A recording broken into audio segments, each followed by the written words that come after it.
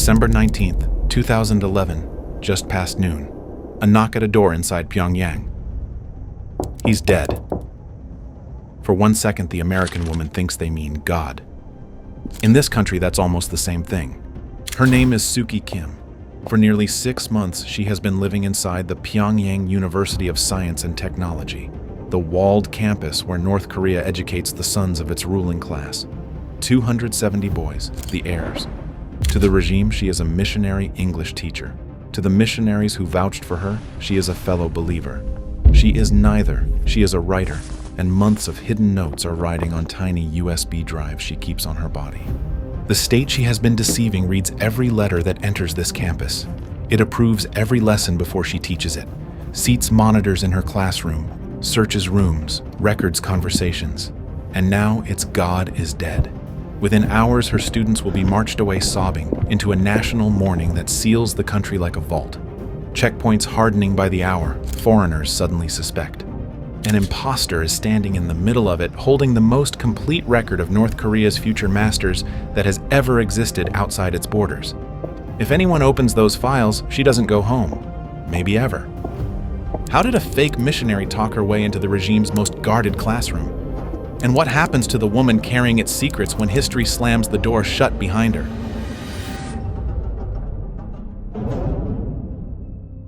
To understand why she's standing in that room, you have to go back to a train platform in 1950. The family story goes like this. Seoul is falling. The platform is a crush of bodies and bundles, everyone pushing south ahead of the front. Her grandmother's eldest son, 17, the pride of the house, gives up his seat on a packed train fleeing the city. A small courtesy in a stampede. He never makes it out.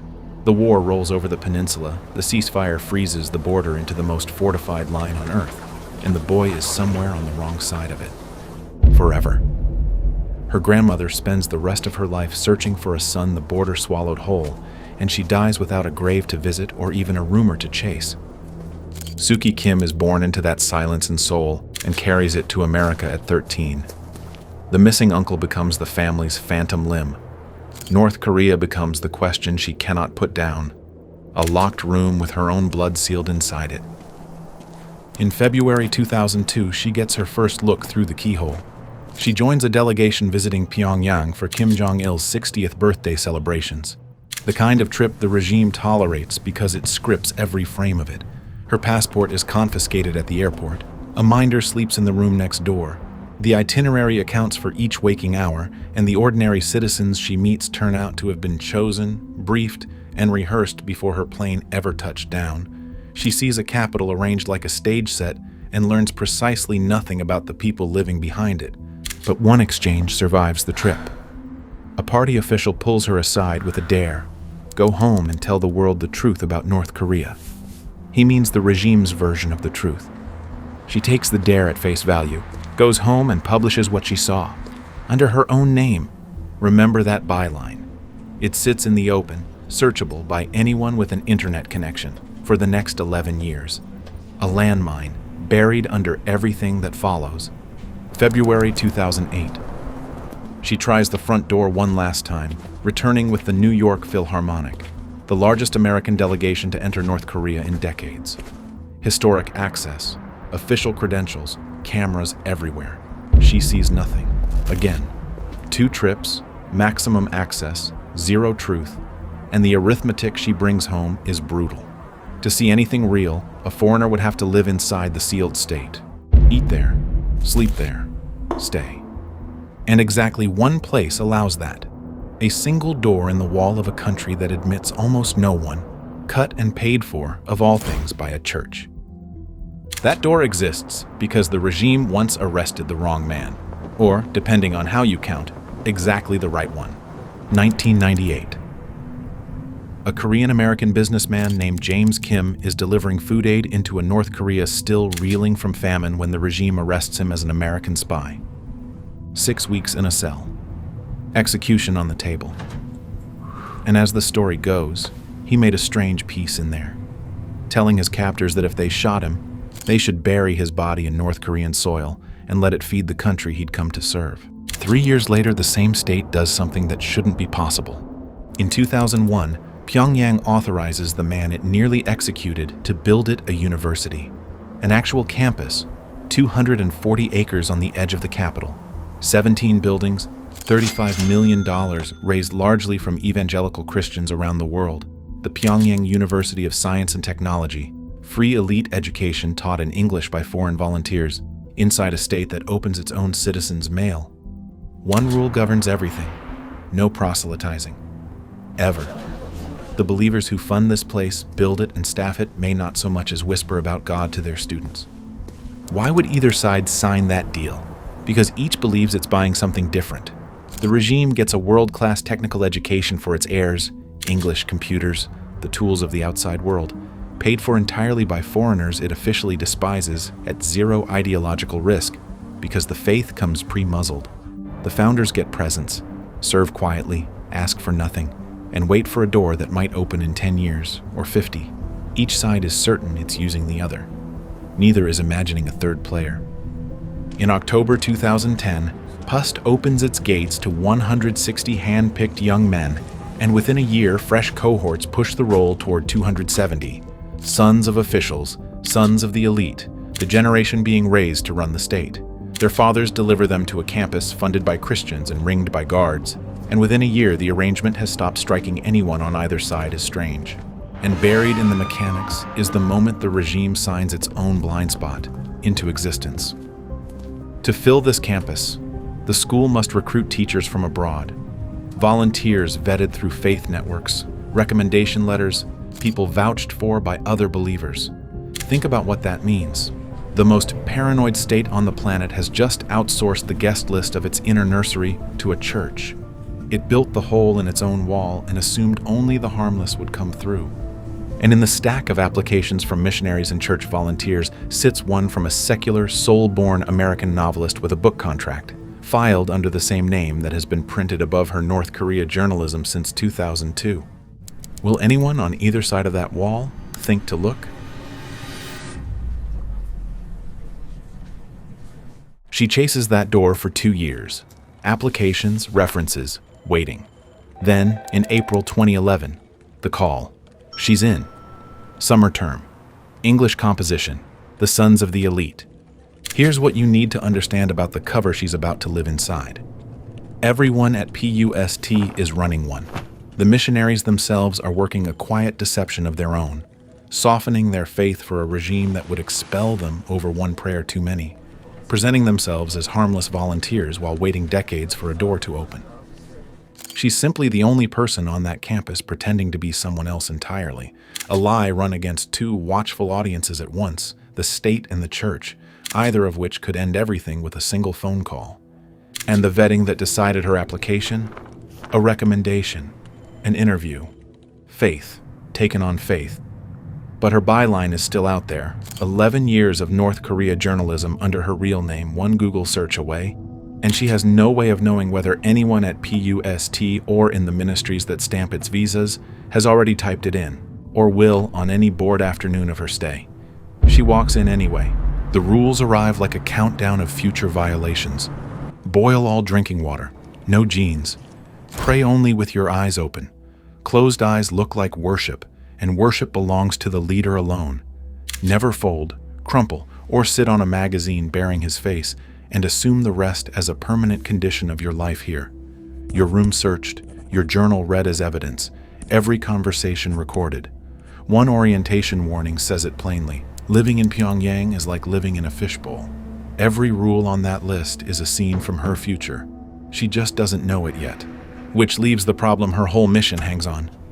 How does a writer take notes inside a room that never stops watching? Answer wrong, and the mission dies quietly. Answer badly, and it dies in an interrogation room. She'll have to solve it on the inside, and the clock is already running because on June 27, 2011, the regime abruptly empties its universities, shipping students across the country to construction brigades for a year of labor on a rising leaders' projects. One campus keeps studying. PUST. Some 270 of the state's most precious sons gathered behind a single wall, waiting for their foreign teachers. And so, on the morning of July 4th, 2011, America's Independence Day, A writer carrying a secret book contract walks through the guardhouse gate, past the sentries, into the sealed campus where the regime keeps its heirs. Her first morning in class, 26 boys bolt upright in unison, backs straight, eyes forward, a wall of identical haircuts and pressed uniforms snapping to attention for an English teacher. Portraits of the leader and the general watch from the wall, the way they watch from every wall in this country. In the buildings hang scrolls carrying 3 blessings: Leader Luck, General Luck, Captain Luck. 2 of those titles belong to Kim Il-sung and Kim Jong-il. The third belongs to a successor the outside world has barely glimpsed, his luck already hanging on classroom walls before most of the planet can put a face to his name. The days run on rails. Exercises at 5:30 in the morning. Meals the boys march to in 2 straight lines, singing always the same song. Without you, there is no motherland. Without you, there is no us. The you is Kim Jong-il. They sing it the way other 20-year-olds hum pop choruses, automatically, sincerely, on the way to breakfast. She eats every meal beside them, 3 a day, every day, and a few weeks in, she catches the melody leaking out of her own throat.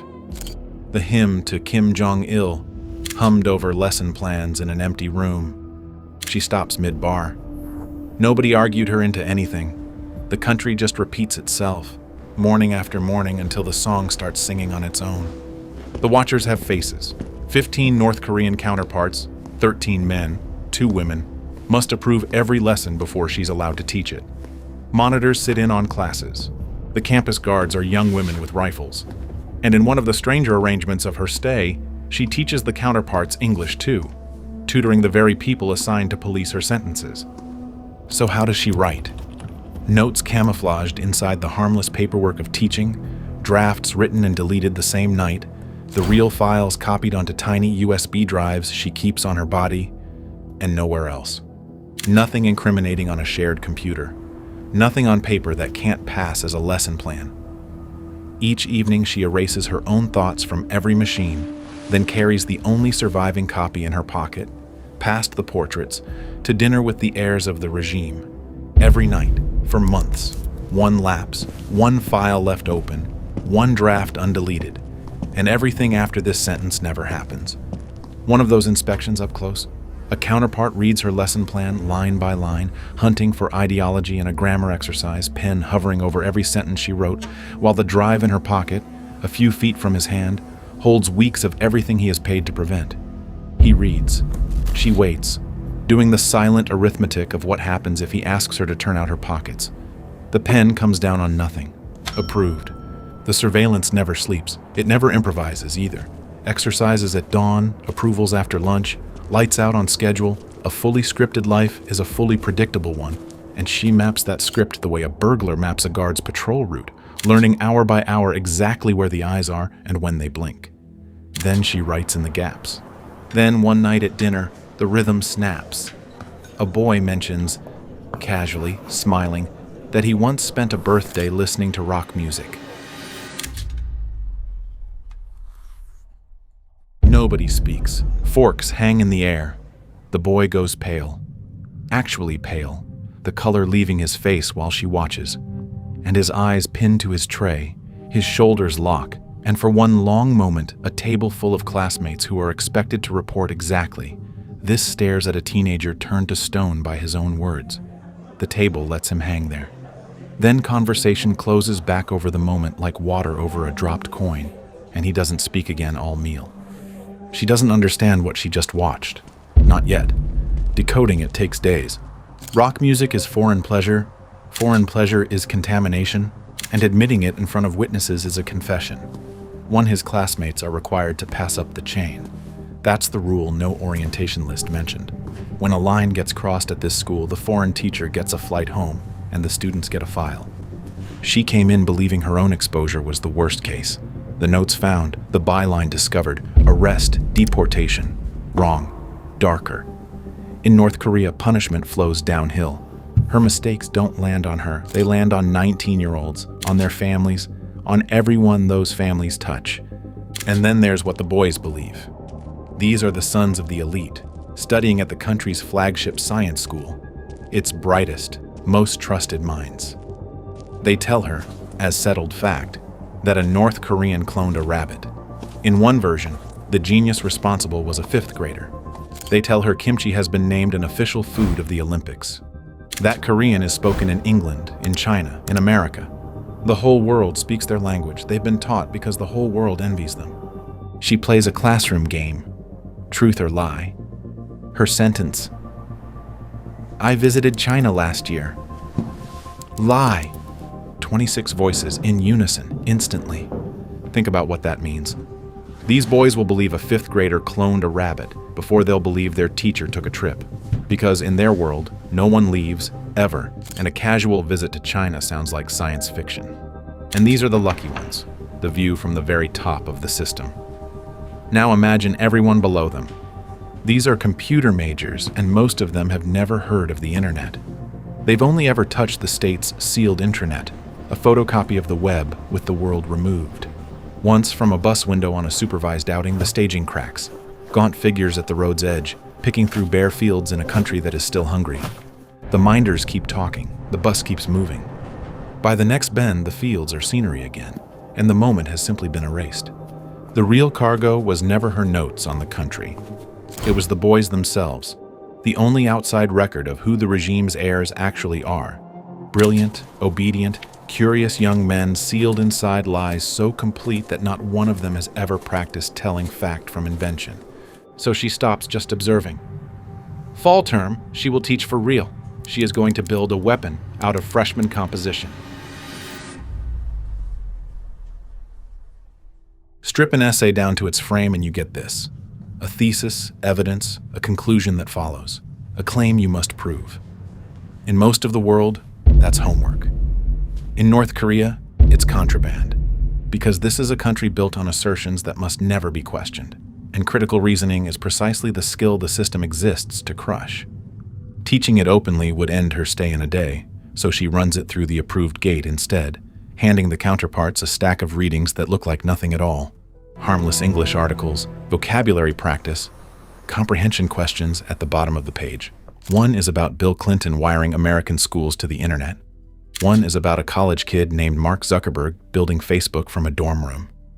The counterparts read them, find no ideology, and sign. What they've just approved is a set of windows, kids their students' age, in a world that works differently, building things nobody authorized. Then the letters assignment. Write a letter to anyone, she tells them. And the boys pour out what has no other exit, fed up with the sameness of every scheduled day, homesick for mothers they cannot phone, tender and funny and 19. Their mail is read, their rooms are watched. The only uncensored channel in these boys' lives runs through their English teacher's homework folder, and she reads them at night, in a room she assumes is bugged. The most dangerous mail in North Korea, filed under homework. One evening, a student approaches her quietly and asks how leaders are chosen in other countries. She answers honestly, and as vaguely as she dares. Elections, choices. Then he's gone. She walks back to her room, testing every word she just said for the weight of evidence. Was that a test? Is he an informer? Has she just talked her way into a file with her own name on it? For days, she reads every glance in that classroom like a verdict, and at night she lies still in the dark, replaying her own syllables, counting the hours between his question and any knock that might follow it. No knock comes. The relief curdles anyway, because the explanation left standing is worse. The boy is simply curious, genuinely curious, in a country where a question can be evidence. And her honest answer is inside him now, carried into rooms she will never see, repeatable to people she will never meet. There is no taking it back. The signals multiply. A whisper about a roommate, he's with us.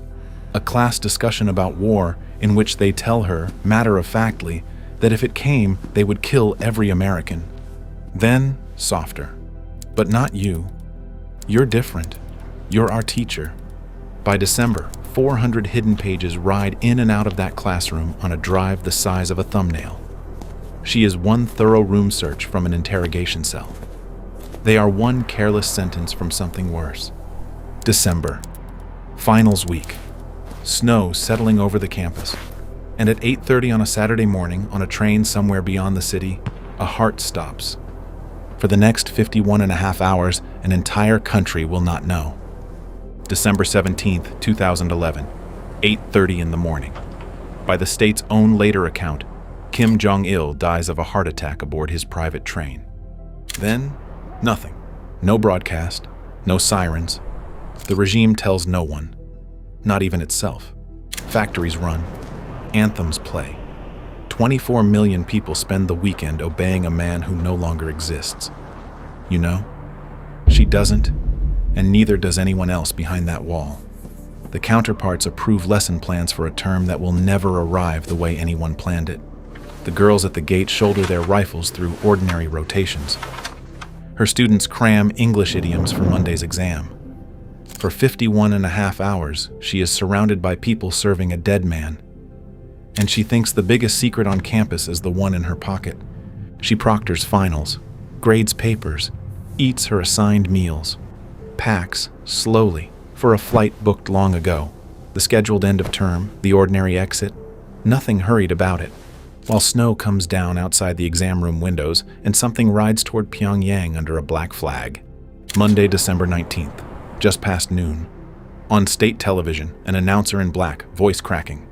Somewhere on campus, a knock at a door. He's dead. For 1 second, she thinks they mean God. Here, that was the same job. Then, the campus comes apart. Doors bang open down the corridors.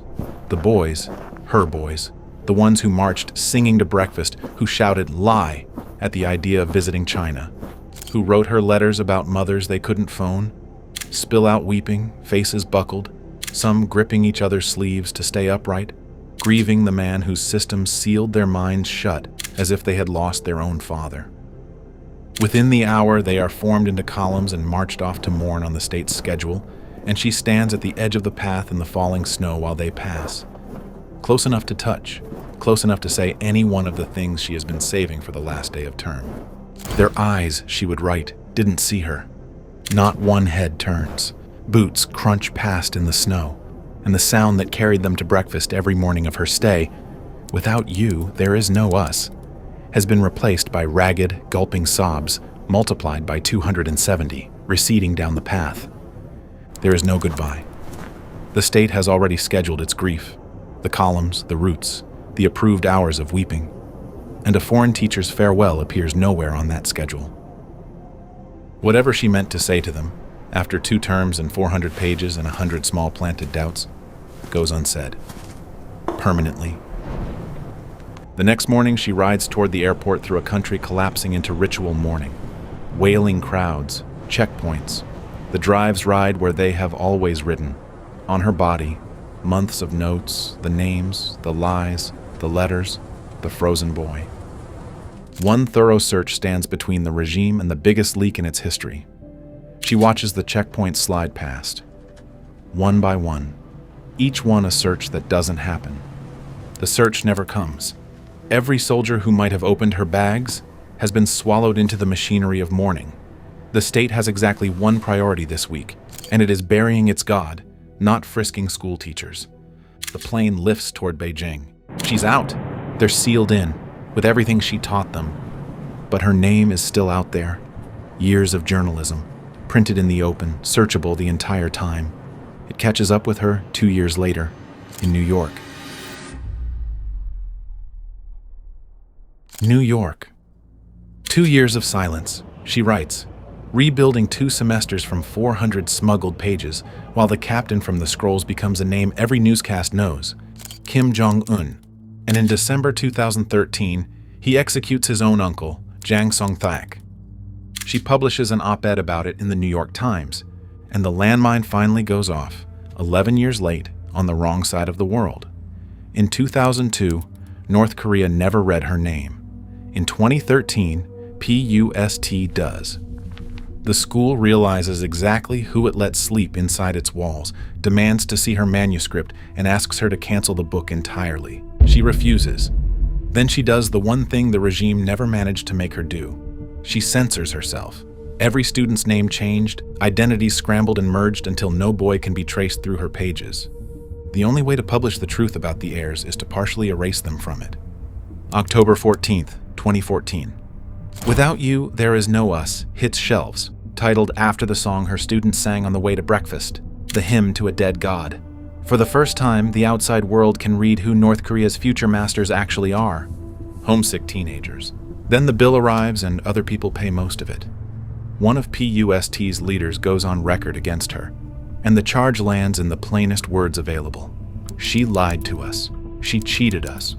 Her answer, no promise bound her. She went in as a journalist and did what journalists do, is one she is still defending in June 2016, in an essay called The Reluctant Memoirist, after her own publisher stamps memoir on her act of undercover journalism. And in Pyongyang, the regime pulls in the founder himself. James Kim, the man who once told his captors to bury him in North Korean soil, sits for questioning about the writer his school let through the gate. 13 years after his cell, a suspect again, this time for someone else's lie. The colleagues who vouched for her learned the believer they sponsored never believed. And the boys, all 270 of them, are unreachable. Whatever her lessons cost them, she will never know. So here's the answer this story has owed you since the knock on that door.